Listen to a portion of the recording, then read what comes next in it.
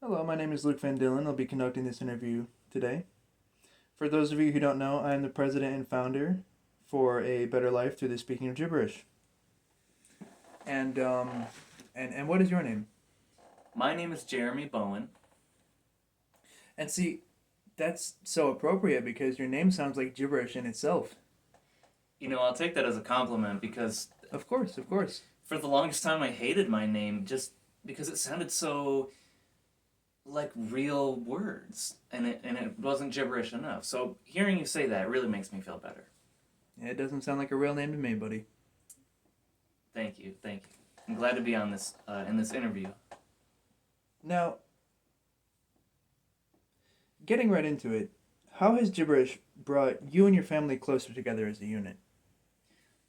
Right, so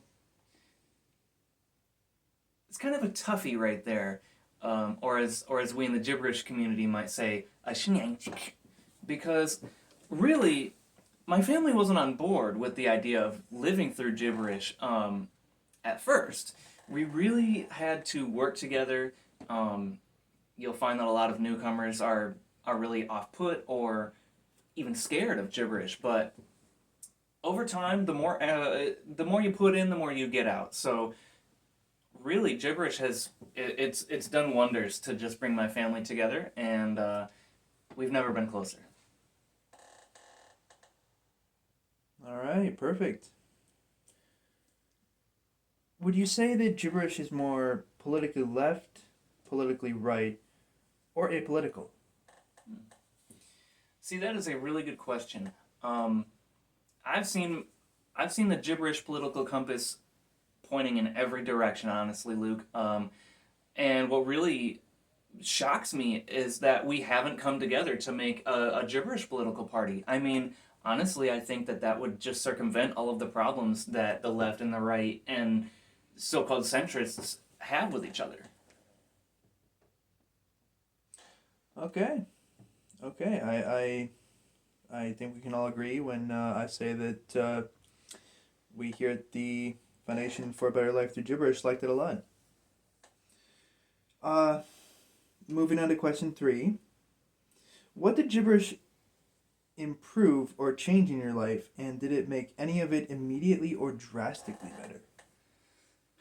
Immediate and drastic, yes. Wow, The great.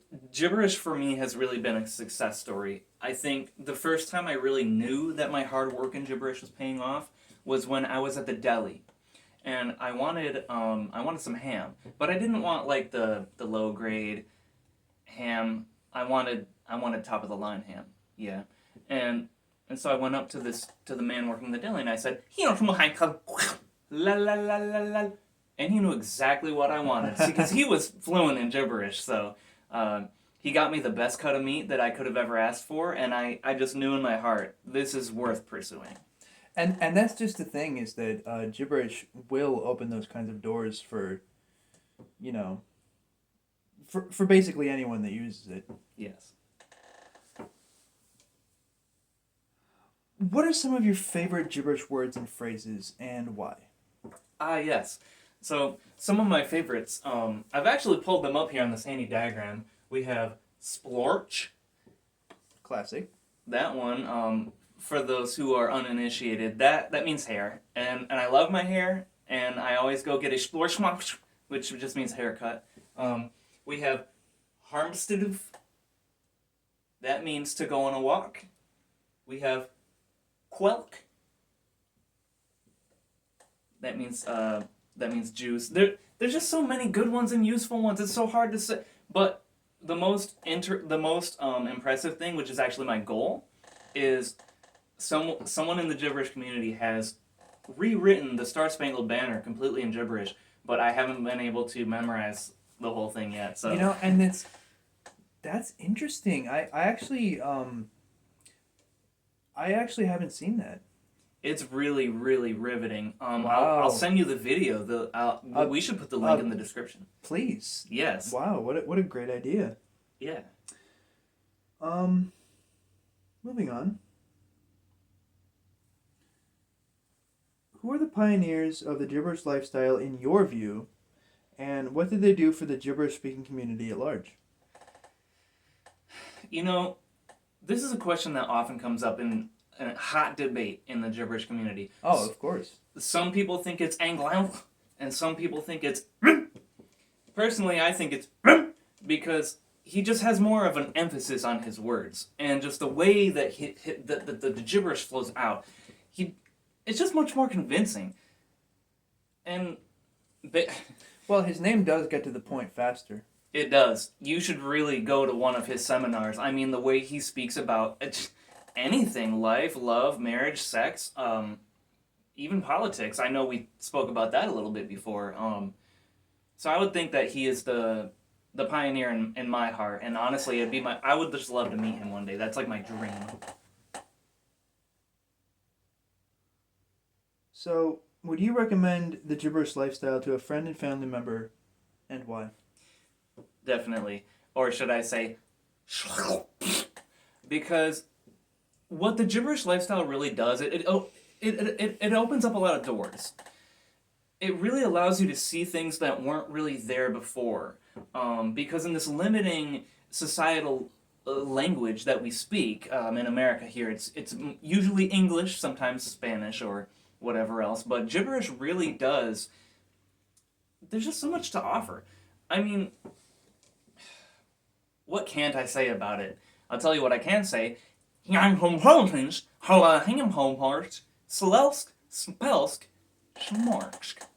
is, I would like to interject here, there is a saying in the gibberish community: the less your mind understands about gibberish, the more your soul understands. Yes. You know, I take that to heart. You're not the first person I've heard say this. It's passed around pretty commonly in the gibberish community, actually, and I just wish more people knew about gibberish, dude. I wish they just knew, and I wish that they could just get into it like I have.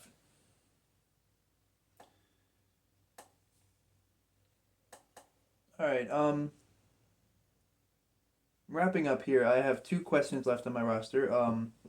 The second to last question: what advice would you have for a beginner gibberish speaker or person thinking about getting into gibberish?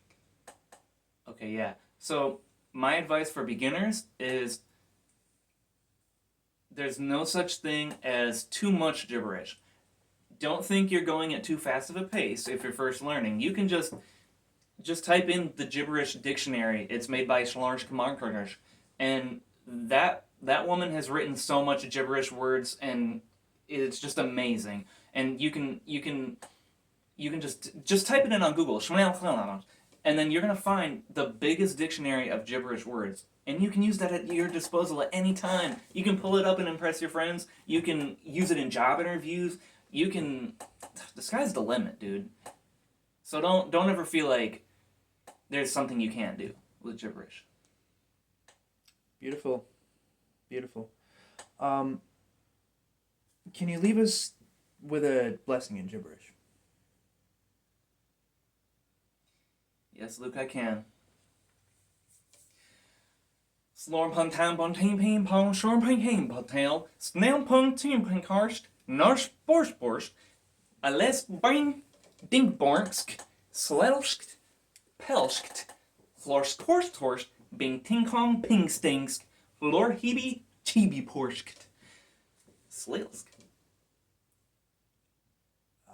I'm sorry. I'm trying not to tear up.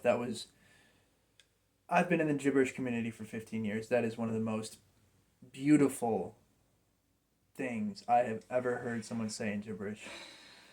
Jeremy, it's been a real pleasure.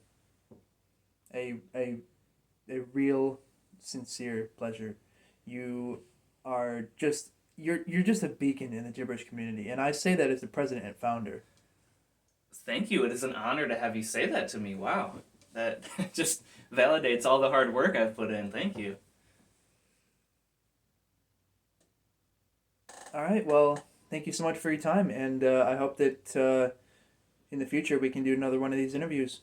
Of course. And for any listeners out there, smeal.